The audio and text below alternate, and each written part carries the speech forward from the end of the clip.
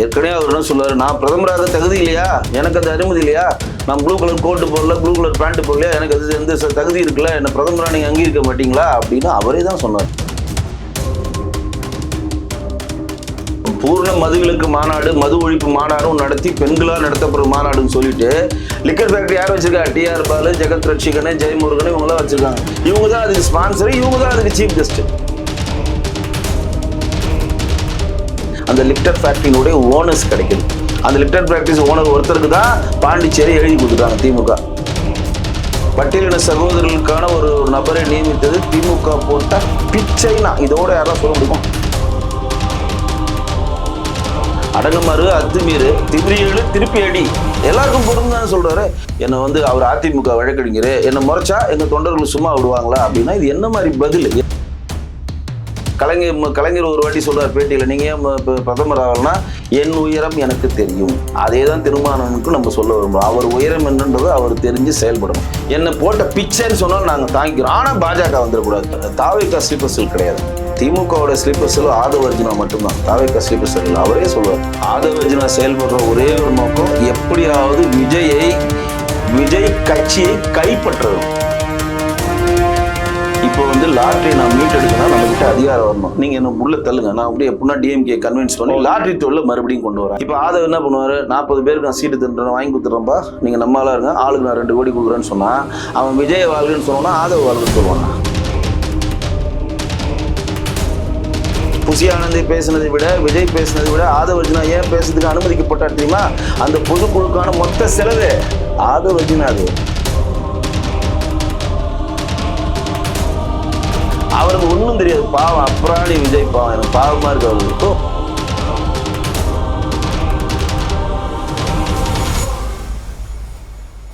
Spectrum Tamil நேயர்களுக்கு வணக்கம். நம்மோடு அரசியல் விமர்சகர் வெங்கடேசன் இருக்கிறார், பேசலாம் சார். வணக்கம். வணக்கம் ஜி. திருமாவளவன் அவர்களுக்கு ஒரு வாழ்த்தி வரவேற்று ஒரு பேனர் வைக்கிறாங்க, வருங்கால முதல்வரே அப்படின்ற ஒரு வாசகம். எஸ்ஐஆர் நடைமுறையை எதிர்த்து வைக்கப்படக்கூடிய அந்த கூட்டத்துல வருகை தரும் வருங்கால முதல்வர்னு வைக்கிறாங்க. அந்த பேனர் சிறிது நேரத்துல நீக்கப்படுது, அங்கிருந்து அகற்றப்படுதுன்ற தகவல் இருக்கு. அகற்றப்படுது அப்படின்ற புகைப்படம் இல்ல. நீங்க எப்படி எடுத்துக்கிறீங்க? இல்ல, வருங்கால முதல்வரே அவர் வைக்க கூடாதுன்னா அவர் தான் வருங்கால பிரதமர்னு சொல்லியிருக்காரு. அதுவும் வச்சிருக்காங்க. ஏற்கனவே அவர் என்ன சொல்லுவாரு, நான் பிரதமராக தகுதி இல்லையா, எனக்கு அந்த அனுமதி இல்லையா, நான் ப்ளூ கலர் கோட்டு போடல, ப்ளூ கலர் பேண்ட் போடலையா, எனக்கு அது எந்த தகுதி இருக்குல்ல, என்ன பிரதமரா நீங்க அங்கீகரிக்க மாட்டீங்களா அப்படின்னு அவரே தான் சொன்னார். நம்ம சொல்லல. அவர் வந்து நம்ம நாட்டோடைய பிரதமராவதுக்கான முழு தகுதியும் இருக்கிறதா அவர் நினைக்கிறார். அது நினைக்கிறது தப்பு இல்லை. இப்போ எனக்கு நாட்டோடைய பிரதமராகணும்னு ஆசை இருக்கு, ஒன்றும் தப்பு கிடையாது. அதற்கான எம்பிஸ் எனக்கு வேணும்ல, அதற்கான கட்சி எனக்கு வேணும்ல. நான் திமுகவோட ஒட்டிக்கிட்டே நான் நாட்டோட பிரதமராக எப்படி ஆக முடியும்? திமுகவோட ஒட்டிக்கிட்டே தமிழ்நாட்டோட பிரதமராக நீங்க எப்போ ஆக முடியும்? தமிழ்நாட்டில் மொத்தம் 232 கான்ஸ்டியூஷன் இருக்கு, கரெக்டா? நீங்க அதிகபட்சம் எத்தனை இதில் போட்டிக்கிறீங்க? உங்களுக்கு எத்தனை சீட்டு கொடுக்குறாங்க? 10 சீட்டு கொடுக்குறாங்களா? 6 சீட்டு போன வாட்டி கொடுத்தாங்க. அதில் எத்தனை வென்று எடுத்தீங்க? 4 வென்று எடுத்தீங்க, 2 பேர் தோத்தும் போயிட்டாங்க. நீங்க உங்களுக்கு இப்போ திமுக கூட்டணியில வந்து வெளியில வந்துட்டு நீங்க 232 தொகுதிகளும் நின்று அதுக்கு வேட்பாளர்களை போட்டு பணத்தை செலவு பண்ணி நீங்க வென்றெடுத்தா தானே முதல்வர் ஆக முடியும். இது எப்படி சாத்தியம் இருக்கு எனக்கு புரியல. அப்ப உங்களுக்கு வந்து சீட்டு, நான் 6 சீட்டை கொடுத்தது இல்லாம உங்களுக்கு 15 கோடி ரூபாய் பணமும் கொடுக்குறான் திமுக. 6 சீட்டு கொடுத்து உங்களை வென்றெடுக்கிறதுக்கான கட்டமைப்பையும் கொடுத்து பணமும் கொடுத்து உங்களை சட்டசபை உறுப்பினராக உள்ள கொண்டு போயிட்டு எம்பிக்கு 2 சீட்டு கொடுத்து பணமும் கொடுத்து உங்களை ஜெயிச்சு பாராளுமன்றத்துக்கு அனுப்பிச்சிட்டு நீங்க அவங்க கூட்டணியிலே இருந்துக்கிட்டு வருங்கால முதல்வரே போட்டா அவன் சும்மா இருப்பானா? ஏங்க இது நியாயமாங்க? அவன் எப்படி சும்மா இருப்பான்? யோ, உனக்கு ஒண்ணு கட்சியே யார் வளர்க்குது? இன்னைக்கு விடுதலை சிறுத்தைகள் கட்சியில் உயிர் போட்டுருக்குன்னா அது காரணம் யாரு? திமுக. விடுதலை சிறுத்தைகள் கட்சியில் தேர்தலில் வந்து செலவு பண்றதுக்கு பணம் இருக்குன்னா அந்த பணத்தை யார் கொடுக்கறது? திமுக. சிறுத்தைகள் கூட்டணிக்கு வராதான்னு சொல்லி எல்லா கட்சிகளுமே கூட்டணி தலைமையெல்லாம் இயங்கி கொண்டிருக்கு. நல்லா போக வேண்டியது. அவரை ஏன் வருங்கால முதல்வரேன்னு போடக்கூடாது? அதுதான் நல்லா போக வேண்டியதுன்ற. நீங்க தான் வந்து உங்களுடைய கட்சியோட கட்டமைப்பு இல்லாத எந்த ஆட்சியாவது அமையுமா? இல்லைங்க, 234 தொகுதிகளும் உங்களுக்கு கட்டமைப்பு இருக்குதாங்க நீங்க சொல்றீங்க. போய் தனிச்சு நில்லுங்க. யார் வேணானது? தனிச்சு நின்று முதல்வர் ஆகுங்க. நாங்களாம் வேணா நான் சொல்றோம். மாயாவதி ஆகலையா? யூபியில மாயாவதி ஆனாங்களா இல்லையா? கன்சிராம்ல ஆனாங்களா இல்லையா? பகுஜன் சமாஜ் ஆனாங்களா இல்லையா? அதுல எந்த மாற்றம் இல்ல. நீ மாயாவதிக்கு பிரதிநிதியாக ஆம்சாங்குடைய கட்சியே இங்க இருக்குது. இன்னைக்கு வந்து நம்ம ஆனந்தனதுக்கு தலைவரா இருக்காரு. ஆகல இன்னைக்கு வந்து ஒரு பட்டியலினத்துக்கு வந்து தலைவராக்கக்கூடிய பெருமை, முதல்வராக்கிய பெருமை வந்து பிஜேபிக்கு இருக்கு. பிஜேபி சில மாநிலங்களில் பட்டியலின சகோதரர்களை நாட்டின் முதலமைச்சரே ஆகியிருக்கு. ஆனா திமுக அதனுடைய பேரண்ட் பாடியில குறிப்பா சொல்ல போனா துணை பொதுச் செயலாளர், துணைத் தலைவர் அப்படிலாம் அந்த மாதிரி இடத்துல யாரோ ஒருத்தருக்கு தான் பட்டியலின சகோதரத்துக்கு கொடுக்குறாங்க. ஒன்னு ராஜா கொடுத்தாங்க, இன்னொரு வந்து முன்னாடி VP துரைசாமி கொடுத்தாங்க, அவர் வெளியே போயிட்டவனா இப்ப அந்தியூர் செல்வராஜ் கொடுத்துருக்காங்க. சரிங்களா? அது அருந்திய சமூகத்துல ஒண்ணு கொடுக்கணும். யாருன்னா திமுக செயலாளர், பொருளாளர், தலைவர் கொடுத்துருக்காங்களா? நீங்க போராட்டத்தை எங்கிருந்து ஆரம்பிக்கணும்? நீங்க ஒரு கூட்டணியில் இருக்கிறீங்க, உங்க கூட்டணியில இருந்து நீங்க போராட்டத்தை பண்ணுறீங்க. இந்த பட்டியலின சகோதரருக்கான ஒரு பிரதிநிதித்துவத்தை நாங்க கூட்டணிக்கு கட்சி தரலன்னு போராட்டத்தை நீங்க முதல்ல எங்க ஆரம்பிக்கணும்? திமுகல தானே ஆரம்பிக்கணும். திமுகவுடைய தலைவர் பட்டியலின சகோதரா, திமுகவுடைய செயலாளர் பட்டியலின சகோதரா, திமுக பொருளாளர் பட்டியலின சகோதரா, சரி ரைட்டு கட்சி. திமுக அறக்கட்டளையில பட்டியலின சேர்ந்தவர்கள் இருக்காங்களா? முரசொலி அறக்கட்டளையில பட்டியலின சேர்ந்தவர் இருக்காங்களா? அப்புறம் என்ன, எனக்கு ஒண்ணுமே புரியல. அப்ப நீங்க போராட்டத்தை எங்கிருந்து ஆரம்பிக்கணும்? அங்க ஆரம்பிக்க, வெளியில வந்து குய்யோ முய்யோன்னு கத்துறீங்க. அது மட்டும் இல்லாம உங்களை அவமானப்படுத்தின இடத்துலயும் சகிச்சு கொண்டு இருக்கிறீங்களா? அப்ப நீங்க எப்படி வருங்கால முதல்வராக போட உங்களுக்கு என்ன தகுதி இருக்கு? கண்ணப்ப உங்களை பிளாஸ்டிக் சேர்ல உட்கார வைக்கிறார். கேட்டா இந்த சேர் தான் கம்ஃபர்ட்ன்றீங்க. ரைட்டு போ. வேங்க வயலுக்கு ஏன் வந்து போராடலன்னா அதெல்லாம் போராட மாட்டோம், எனக்கு டைம் இல்லைன்றீங்க. சரி போ. இப்ப நாங்க நேரில் ஒருத்தன் கயிறு கட்டு வந்தா ஒருத்தன் வெட்டினா அதுக்கு ஒரு போராட்டத்தை வேணும்னா போராட்டம் கிடையாது. ஆவண கொலையில ஒரு இன்ஜினியரையும் கொல்றான் ஒருத்தன், அதுக்கு வந்து ஒரு சிறப்பு சட்டத்தை போட்டு ஆவண கொலை தடுப்பு சட்டம் ஒன்று ஏற்றுங்கன்னு சொல்லி ஒரு ப்ரெஷர் கொடுத்து ஒரு போராட்டத்தை முன் வச்சு அதை எதுனா முன்னெடுக்கிறீங்கன்னா கிடையாது. சரி, இது ஒரு பக்கம், சட்ட ரீதியான ஒரு பக்கம். இந்த பக்கம் வந்து தமிழ்நாட்டில் அதிகமாக டாஸ்மார்க்கு செல்றது வந்து பட்டியலின சகோதரர்களான்றது அவங்களே சொல்றாங்க. இந்தியாவிலே 2வது மாநிலம் தமிழ்நாட்டில் அதிகமாக குடிக்கிறாருன்னு யாரு? திருமாவளவனே சொல்றாரு. இந்தியாவில் 12% பேர் மது குடிக்கிறாருன்னு திருமாவளவனே சொல்றாரு. திருமாவளவன் தான் சொல்றாரு பீகாரை பின்பற்றி தமிழ்நாடும் பூர்ண மதுவிலக்கு கொண்டு வரணும்னு சொல்றாரு. இதே திருமாவளவன் தான் பூர்ண மதுவிலக்கு மாநாடுன்னு ஒரு மாநாடு நடத்தி அந்த மாநாட்டுக்கு யார் யார் வந்து லிக்கர் ஃபேக்டரி வச்சு தயாரிக்கிறாங்களோ அவங்களை எதிர்த்து மாநாடு போட்டு மாண்பு முதலமைச்சர் வெளிநாட்டுல இருந்து இங்க வந்தவொடனே போய் 2 பேர் சந்திச்சவொடனே அந்த மாநாட்டுக்கு ஸ்பான்சரா யாரு? அந்த லிக்கர் ஃபேக்டரி ஓனர். இது எப்படி இது இந்த கூத்து எங்க நடக்கும்? பூர்ண மதுவிலக்கு மாநாடு, மது ஒழிப்பு மாநாடும் நடத்தி பெண்களால் நடத்தப்படுற மாநாடுன்னு சொல்லிட்டு லிக்கர் ஃபேக்டரி யார் வச்சிருக்கா? TR பாலு, ஜெகத் ரட்சிகனே, ஜெயமுருகனே இவங்களாம் வச்சிருக்காங்க. இவங்க தான் அதுக்கு ஸ்பான்சர், இவங்க தான் அதுக்கு சீஃப் கெஸ்ட். வேலையே பயிரமே. இது என்ன? இது இது இல்ல, இதெல்லாம் எப்படி தமிழக மக்கள் டைஜஸ்ட் பண்ணிப்பாங்க? நீங்க அட்லீஸ்ட் மாநாடு பேர்னாச்சும் நீங்க மாத்திக்கணும்ல. மது விற்கிறது யார் தமிழ்நாட்டுல? இப்ப இந்தியாவில் 3 மாநிலம் பூர்ண மதுவிலக்கு. ஒன்று குஜராத் இருக்கு, பீகார் இருக்கு, மேகாலயா இருக்கு. குஜராத் GDP கீழே போயிடுச்சா? உபரி நிதியில இருக்கு. உபரி நிதி பட்ஜெட்டுக்கு மேல சம்பாதிக்கிறான். காரணம் வாங்க குஜராத். நீங்க பீகார் பின்தங்கிய மாநிலம்னு சொல்றீங்க. கிட்டத்தட்ட 50,000 கோடி வருமானத்தை விட்டு இன்னைக்கு பெண்கள் ஓட்டு அதிகமா வந்து பீகார்ல கிடைக்கிறது காரணம் வந்து பூர்ண மதுவிலக்கு. பின்தங்கிய மாநிலத்திலே அந்த ரிஸ்க் நிதிஷ்குமார் எடுக்கிறார். நீங்க முன்னேறின மாநிலம் ஏன் நீங்க பூர்ண மதுவிலக்கு கொண்டு வர மாட்டேன்றீங்க? அப்ப பூர்ண மதுவிலக்கும் கள்ளுக்கடை அனுமதி இல்லைன்றது 50,000 கோடி மூலம் வர வருமானம் கிடையாது. 50,000 கோடி வந்து நேரடியா ஹாலோகிராம் ஸ்டிக்கர் ஒட்டி உங்களுக்கு கஜானாக்கு வர வருமானம். அதை தாண்டி ஒரு 1,00,000 கோடி வேறு விதமான வருமானம் அது கிடைக்குது. அந்த 1,00,000 கோடி யாரு கிடைக்குது? அந்த லிக்டர் ஃபேக்டரியினுடைய ஓனர்ஸ் கிடைக்குது. அந்த லிக்டர் ஃபேக்டரிஸ் ஓனர் ஒருத்தருக்கு தான் பாண்டிச்சேரி எழுதி கொடுத்துட்டாங்க திமுக. உனக்கு தான் இன்னைக்கு வந்து மார்ட்டினுடைய பையன் சார்லஸ் பாண்டிச்சேரியை கட்டி ஆள போறான், அவன்கிட்ட பெரிய பணம் இருக்கு. அந்த அளவு ஈக்குவல் பணம் நம்ம இதுல யாருக்கு இருக்கு? நம்ம லிக்டர் ஃபேக்டரி அக்காடோட இது பாரத் இந்தியன் காலேஜ் இதுக்கெல்லாம் ஓனரா இருக்கக்கூடிய ஜெகத் ரட்சன் அவர்களே போங்க, உங்களுக்கு பாண்டிச்சேரி எழுதி கொடுத்துட்டோம், மொத்த பணத்தை எங்க செலவு பண்ணி எப்படின்னா முதலமைச்சர் ஆகும்னு சொல்லி எழுதி கொடுத்துட்டாங்க. அப்ப நீங்கள் வந்து பட்டியலின சகோதரருக்கு தலைவராக தன்னை பறைசாற்றிக் கொள்றீங்க. பட்டியலினத்துக்கு நான் தான் ஒட்டுமொத்த குத்தகைக்காரன் மாதிரி சொல்றீங்க. முரசொலியில் இருக்கக்கூடிய பஞ்சம நிலத்தை மீட்டு கொடுங்க, வரவேற்கிறோம் சொல்றல. தமிழ்நாட்டுல வந்து முதல் தமிழ்நாட்டுல வந்து ஒரு நீதிபதியை நியமித்தது முரசொலியா அறிவாலயமா? முரசொலி தானே பஞ்சம நிலத்துல இருக்கு. அறிவாலயம் எதுல இருக்குன்னு இன்னும் தெரியல. தமிழ்நாட்டுல முதல் நீதிபதியை நியமித்தது, பட்டியலின சகோதரர்களுக்கான ஒரு நபரை நியமித்தது திமுக போட்ட பிச்சைனா இதோட யாரும் சொல்ல முடியுமா? பிச்சை. இது எவ்வளவு ஒரு கேவலமான வார்த்தை. இன்னைக்கு தீண்டாமை வன்கொடுத்துல கேஸ் வாங்கிட்டு சும்மா இருக்காரு. அரசு பார்த்து கேஸ் இளைஞனுங்கிறாரு. நம்ம சீஃப் செக்ரட்டரியை போய் பார்க்க போயிருக்காரு. தயாநிதி மாறன் TR பாலும் போயிட்டு அவர் உட்காந்துக்கிட்டே பேசுறாருன்னா நாங்க என்ன தாழ்த்தப்பட்டவர்களா என்ன உட்கார வச்சு பேசுங்கன்னு சொல்லி தீண்டாமை வன்கொடுத்துல சட்டத்துல வாங்கியிருக்காங்க. வேங்க வயலுக்கு ஏன் இது எடுக்கலன்னா தோழமை சுடுதல் அப்படி ஒரு வார்த்தையில தெளிக்கிறாங்க. தோழமை சுடுதல் அப்படின்னு தப்பிச்சுக்கிறீங்க. அப்ப நீங்க ஒட்டுமொத்தமா பட்டியலினத்திற்கான தலைவர் மாதிரி நீங்க எந்த இடத்துல பிரகடனப்படுத்திருக்கீங்க? இதெல்லாம் போராட்டம் சொல்லுங்க.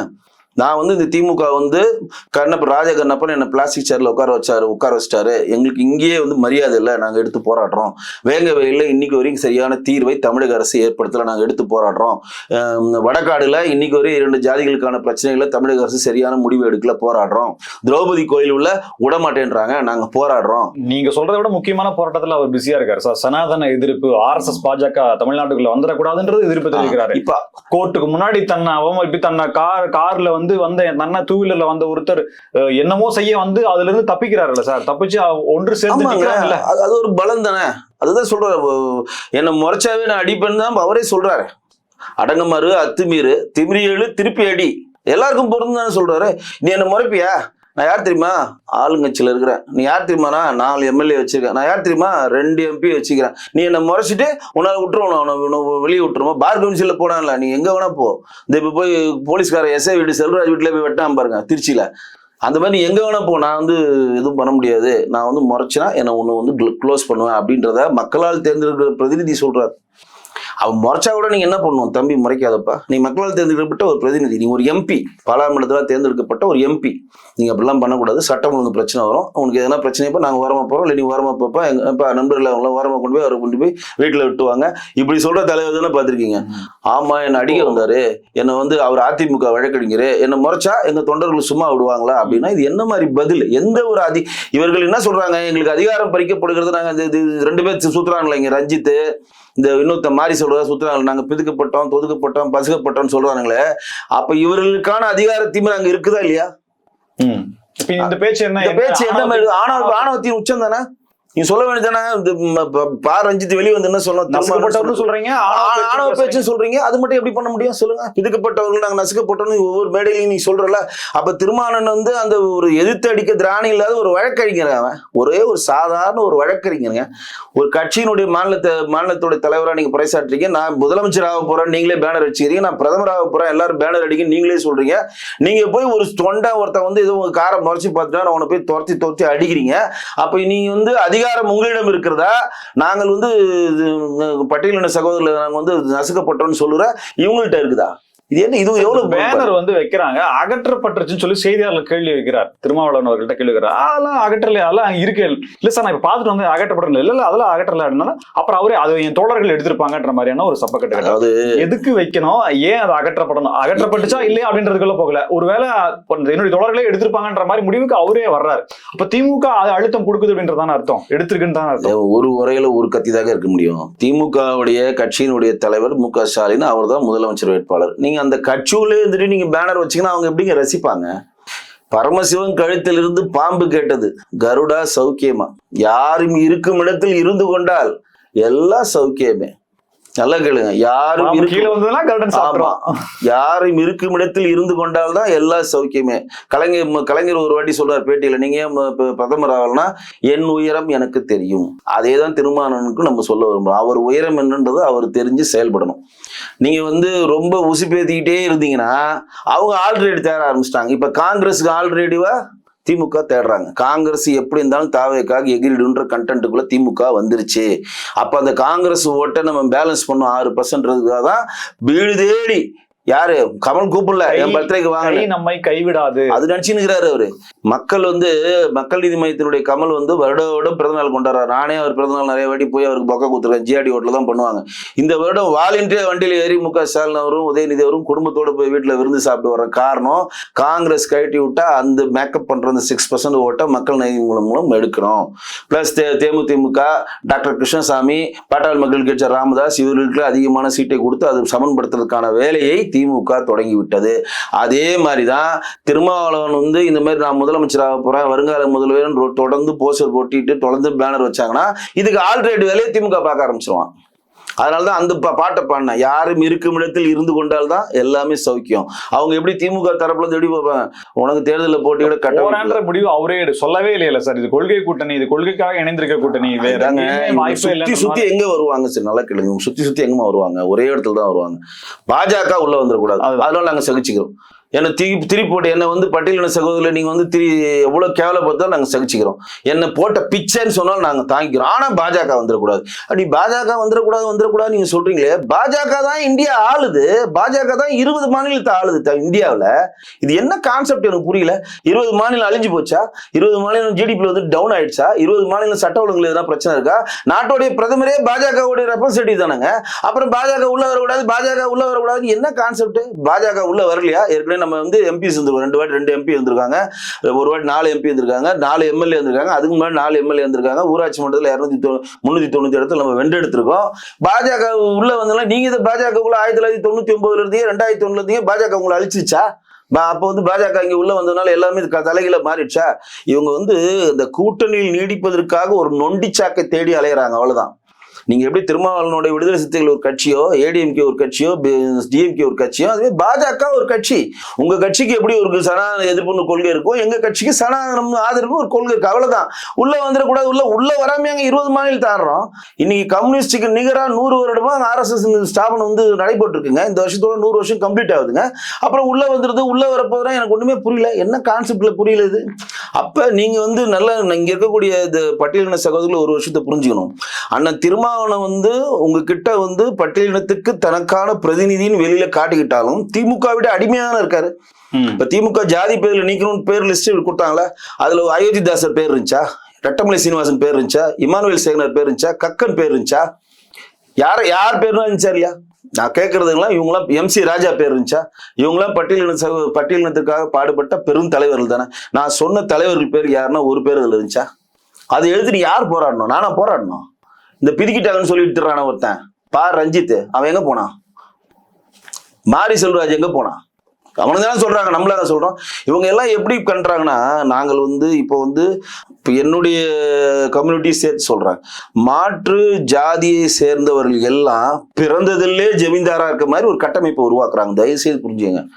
நான் வந்து முதல் நிலையா காலேஜ் முடிச்சு, செகண்ட் இயர் முடிச்சு, வேலைக்கு 2வது வருஷம் போறப்பதான் கூரை வீட்டுல இருந்தே ஓட்டு வீடுக்கு மாறுறேன்.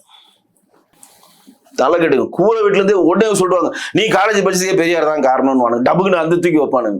நான் எந்த பெரியார் பள்ளிக்கூடத்துலையும் படிக்கல, என்ன எந்த பெரியாரும் படிக்க வைக்கல. இப்ப பெரியார் வந்து கிட்டத்தட்ட 50,000 கோடி பணம் வச்சிருக்காங்களே பெரியார் திடல்ல. பெரியாருக்கு நடத்துற திருச்சி, தமிழ்நாடு நடக்கிற எல்லா காலேஜ்லயும் எந்த காலேஜ்னாலும் பட்டியலின சகோதரர்களுக்கோ மாற்று சகோதரர்களுக்கோ நாங்க இலவசமா கல்வி தரோம்னு சொல்லியிருக்காங்களா? சொன்ன நான் சொல்லுவேன்ல, நான் பெரியாருடைய பள்ளி உலகமையா மணியம்மையோட பள்ளிக்கூடத்தை தான் படித்தேன். பெரியாரோட ஈவிகே பெரியாரோட அந்த பள்ளிக்கூடத்தில் தான் படித்தேன், ஃப்ரீயா படித்தேன்னு இதனால் வரையும் பொது வழியில எவனா ஒருத்தன் சொல்லி கேட்டிருக்கீங்களா? எல்லா வருமானத்துக்கு தான் நீ நடத்துற. அது ஒரு கார்பரேட் கம்பெனி தான் நடத்திட்டு இருக்க. அப்புறம் நான் படிக்க வச்சேன்னு எதுக்கு நீ சொல்ற? நான் படிச்சுன்னா நீங்க பெரியாளா இருக்கேன்னா அது காரணம் என்னுடைய பெற்றோர்கள்.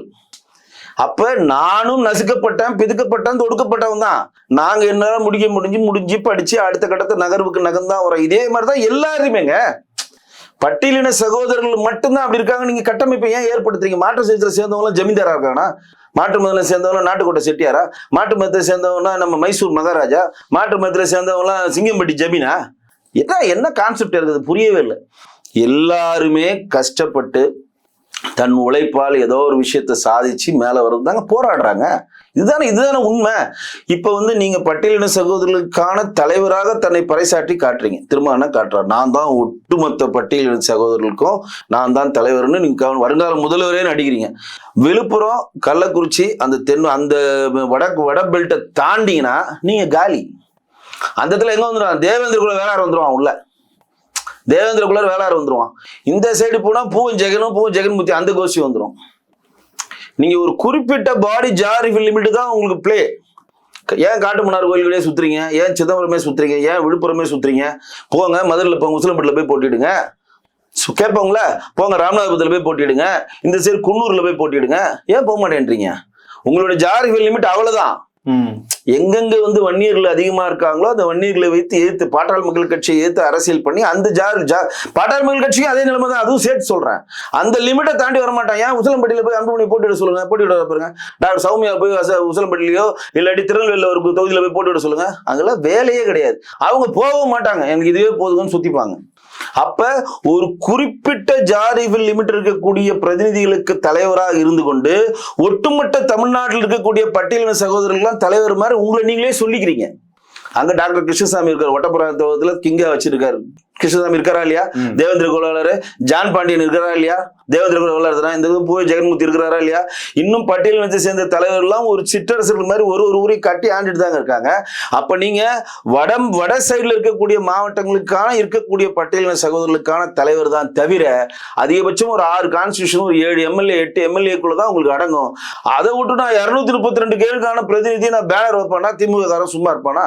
போய் பேனர் அவரும் தான் சொல்லுவான். அப்பதான் நடக்குது. தாவேகா சின்னங்கள் கேட்டு ஒரு 10 சின்னங்களை ஷார்ட் லிஸ்ட் பண்ணி கொடுத்துருக்காங்க.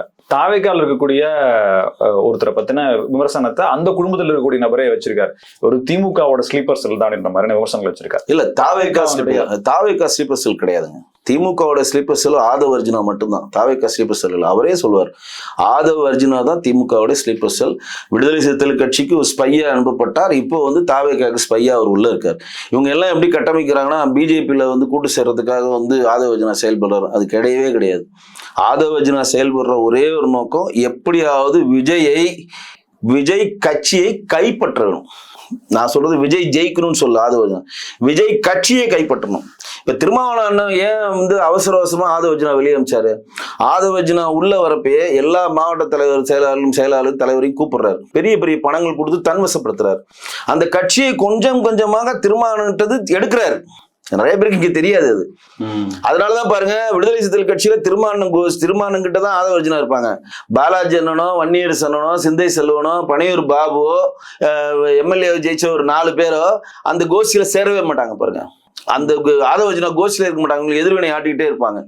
இவர் வந்து என்ன ஃபண்டு கொடுக்குறாங்க, விட முடியாது. நம்ம கட்சிக்கு துட்டு கொடுக்க எவன்டா இருக்கிறான்? எவனும் இல்லை. இவன் தான் பணம் தரான். ஒரு மாநாடுனா 2 கோடி 5 கோடி கொடுக்குறான். அந்த மாதிரி ஆட்கள்லாம் நம்மள கிடையாது. நம்மளே வந்து ரொம்ப கஷ்டப்பட்டு மேலே வந்திருக்கனால அவர் அது சாஃப்ட் கார்னா வச்சிருந்தார். அவர் உள்ள வந்து நான் வந்து வாய்ஸ் ஆஃப் காமன் ஒரு கம்பெனி வச்சிருக்கேன், நான் வந்து பூத் லெவலில் உங்களை கொண்டு போறேன்னு ஒவ்வொரு இண்டிவிஜுவல் சந்துக்குள்ள டேட்டாவை ஃபுல்லா எடுத்து திமுக கொடுக்குறாரு. வாய்ஸ் ஆஃப் காமன் வேலை என்ன?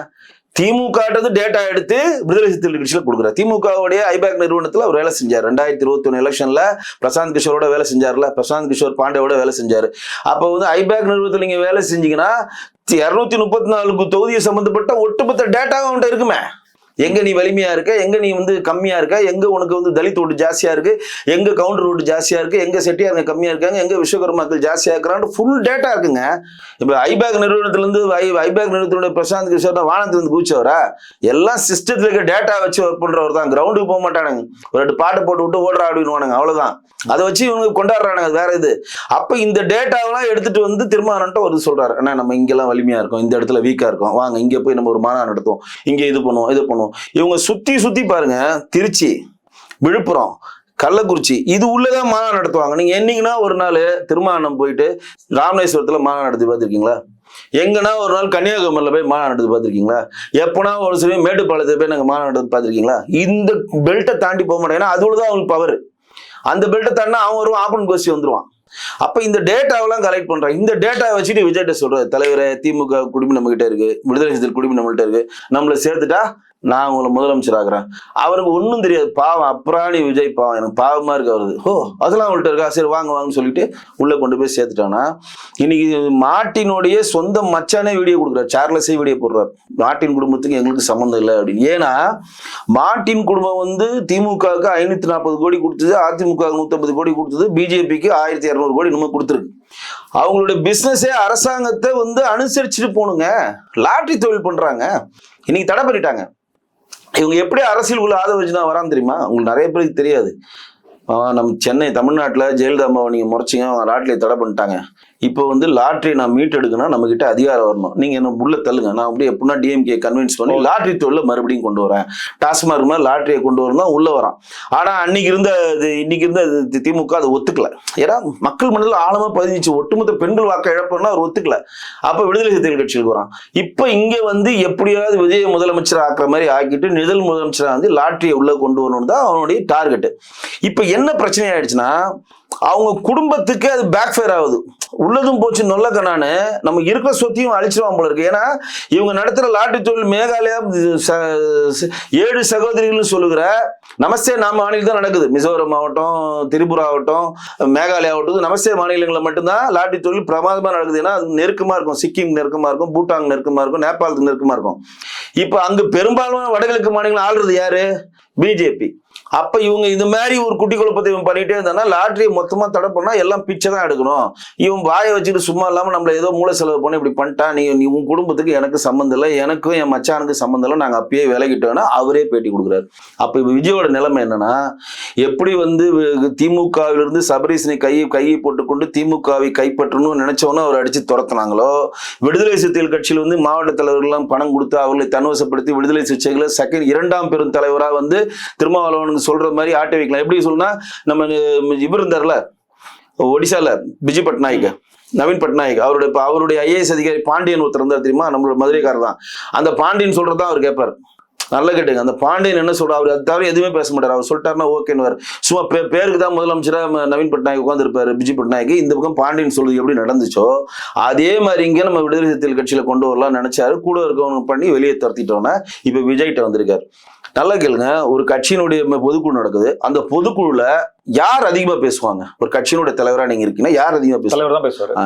யாருடைய பேச்சு அதிகமா பகிரப்படும்? தலைவருடைய பேச்சு. யாருடைய பேச்சு அதிகமா கொண்டு போய் சேர்க்கப்படும்? தலைவருடைய பேச்சு. யார் பேச்சு அதிகமா பகிரணும் பேசணும்னு யார் விரும்புவாங்க? மக்கள். தலைவர் பேச்சு தானே.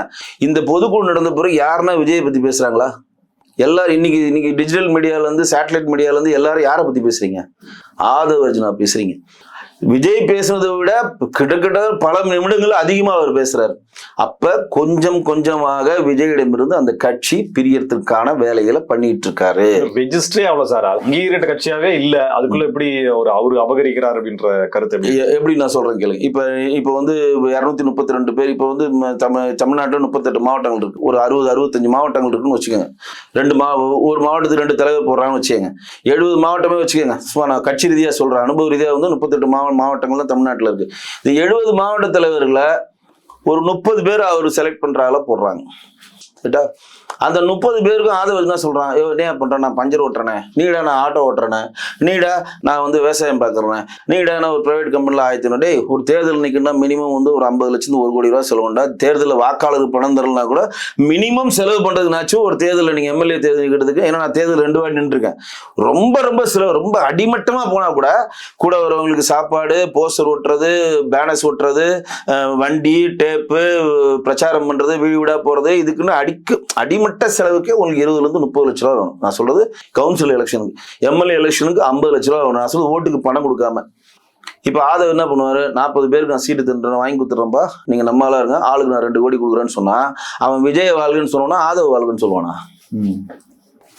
நல்லா கேளுங்க. இப்ப வந்து திமுகவில் சீட்டு பிரிக்கிறாங்க. ஒரு எம்எல்ஏ சீட்டுக்கு வந்து 232 தொகுதியில வந்து 100 தொகுதி அவன் நிக்கிறாங்கன்னா அந்த 100 தொகுதியில குறிப்பிட்ட தொகுதிக்கு வந்து உதயநிதி கிட்ட ஒரு கோட்டா கொடுத்துருப்பாங்க. இப்போ உதயநிதி உனக்கு 10 சீட்டு, அம்மா கனிமொழி உனக்கு 10 சீட்டு, துரைமுருகன் ரொம்ப பேசுறீங்க உங்க ஆதரவாளருக்கு ஒரு 5 சீட்டு சொல்லி கோட்டா பிரிப்பாங்க. தெரியும், பார்த்துருக்கீங்களா? அந்த கோட்டால அவங்க என்ன பண்ணா அவங்களுக்கு வேண்டிய அளவு நுழைப்பாங்க. நாளைக்கு உள்ள இருந்து நம்ம குரல் கொடுக்கணும் அப்படின்னு. இப்ப 234 தொகுதி நான் தனிச்சு நிக்கிறேன்னு சொல்லி விஜய் சொல்லிட்டு நின்னாருன்னா அதுல 100 தொகுதியில நிக்கிறவனுக்கு ஆதவ அர்ஜுனா ஆளுக்கு 2 கோடி கொடுத்தானா விஜய் வாழ்கன்னு சொல்லுவானா ஆதவ அர்ஜுனா வாழ்கன்னு சொல்லுவானா? கரெக்ட். விஜய் வாழ்கன்னு எப்படி சொல்லுவான்? விஜய் தலைவருங்க, ஆதவ அர்ஜுனா பெருந்தலைவருங்க. ஏன்னா விஜய் எங்களுக்கு வழிதான் கட்டினார், அவரு எங்களுக்கு சீட்டு வாங்கி கொடுத்து ஜெயிக்க வச்சாருங்க. அப்ப வந்து விஜய் போட்டோ கார்ல வச்சிருப்பானா ஆதவ அர்ஜுனா போட்டோ கார்ல வச்சிருப்பானா? இந்த பயத்தை விஜய்க்கு நீங்க புரிய வைக்கணும். இது வந்து விஜய் என்ன நினைக்கிறாருன்னா நம்ம ஃபெமிலியரா இருக்கிறோம். ஆனா விஜய் எவ்வளவு ஃபெமிலியரா இருந்தாலும் மிக மிக ஒரு கஞ்சன். அவர் 5 பைசா வைக்க மாட்டாரு. விஜய் நான் கூட பிரயாணம் பண்ணிருக்கேன், 5 பைசா வைக்க மாட்டாரு.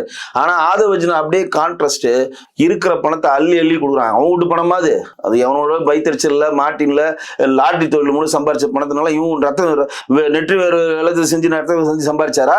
இல்ல அவர் வந்து சிங்கம்பட்டி ஜமீனா மைசூர் மகாராஜாவா? இன்னைக்கு அவ்வளவு கோடி பணம் எப்படிங்க வந்துச்சு அவருக்கு? கேள்வி எழுப்புமா இல்லையா? அவ்வளவு பணம் எப்படி வந்துச்சு? 550 கோடி மாட்டிட்டு வந்து வாங்க தரவுல கெப்பாசிட்டி இருக்கிறதுனால விஜய் அவர் வச்சிருக்காரு. விஜய் என்ன நினைச்சிட்டு இருக்காருன்னா நம்ம வந்து ரத்தமும் சதையுமா சேர்ந்து நடிச்சு இவ்வளவு சம்பாரிச்ச பணத்தை இந்த எலெக்ஷன்ல விடக்கூடாது, நமக்கு ஒரு அடிமை வேணும், இந்த அடிமை மாட்டிச்சின்னு சொல்லி விஜய் வந்து இவர் நினைக்கிறார். இந்த அடிமை மாட்டின்னு சொல்லி ஒரு 1000 கோடி வாங்கி தரும், நம்ம செலவு பண்ணலாம்னு இவர் நினைக்கிறார். இவரு நம்ம 2 பேர்ட்ட வேலை செஞ்சா அவனுங்களை நம்மள அடிமையாக்கலான்னு பார்த்தா நம்மள அடிமையாக்கி அவனுக்கு வெளியே தத்திட்டானுங்க. நமக்கு ஏத்த அடிமை விஜய் தான். இவர்கிட்ட இருக்கிற மாதிரி இருந்து மொத்த மொத்த பணத்தையும் வாங்கி பட்டுவாடா நம்ம பண்றப்ப நம்மள அவன் புகழ்ந்துருவான். அதனாலதான் சொல்றேன், பொதுக்குழுல புசி ஆனந்தி பேசினதை விட, விஜய் பேசினதை விட ஆதவர்ஜுனா ஏன் பேசுறதுக்கு அனுமதிக்கப்பட்டார் தெரியுமா? அந்த பொதுக்குழுக்கான மொத்த செலவு ஆதவர்ஜுனா. அது இன்னைக்கு ரெண்டு எல்லாருக்கும் 20 லட்சம் கொடுத்தாரா? விஜய் போய் பனையூர் பங்களா வித்து கொடுத்தாரா? இல்ல அண்ணா நகர்ல இருக்க வித்து கொடுத்தாரா? இல்ல கல்யாண மண்டபத்தை வித்து கொடுத்தாரா? கொடுத்த 20 லட்சமும் மொத்த பணம் யாருது? ஆதவர்ஜுனா பணம். அதனாலதான் அந்த மீட்டிங்க்கு அவனுடைய பொருளாளர் இருக்கான் பாரு, வெங்கட்ராமன், டொயின் ஆர்டர் அடிக்கிறான். அவன் வெளில போடான்ட்டான், கோச்சிங் போட்டான். இப்ப தாவேக்கா பொருளாளரே உள்ளங்க. புசியானது வேணான்ட்டாங்க. புசியானது ஏன் வேணான்ட்டாங்க? நான் துட்டு செலவு பண்ணுவேன், நான் மீட்டிங் பண்ணுவேன், நான் எல்லாருக்கும் 20 லட்சம் கொடுப்பேன், நீ மணி ஆடிட்டு வந்து நான் தான் தலைவர் மாதிரி ஒரு ஆள் வருமா, நீ சீன் போடுவியா? ஓரம்போ புசியானது உள்ள சேர்க்கல தெரியுமா? 20 லட்சம் கொடுத்து அந்த பர்சனல் மீட்டிங்ல புசியானது நாட் அலோடு. இப்ப இந்த பொதுக்குழுலையும் புசியானது மீட்டிங் பாத்தீங்களா, அப்படியே செத்த போன மாதிரியே உட்காந்தார், அப்படி திருட்டு மொழி பார்த்து உட்காந்தார். பாத்தீங்களா என்ன காரணம்னா, கட்சியை கைப்பற்ற வேலையை அவர் செய்து கொண்டிருக்கிறார். இந்த நிதர்சன உண்மையை காங்கிரஸ் மூலம் கட்சியை கைப்பற்றி நம்ம வேற ட்ராக் எடுக்கணும்ன்றத ரொம்ப தெளிவா ஆதவர்ஜுனா பண்ணிட்டு இருக்காரு. இதை விஜய் புரிஞ்சுக்கணும். பல்வேறு தகவல்கள். நன்றி சார். நன்றி நேர்களை மீண்டும் சந்திப்போம். இணைந்திருங்கள் ஸ்பெக்ட்ரம் தமிழோடு. நன்றி நேர்களே.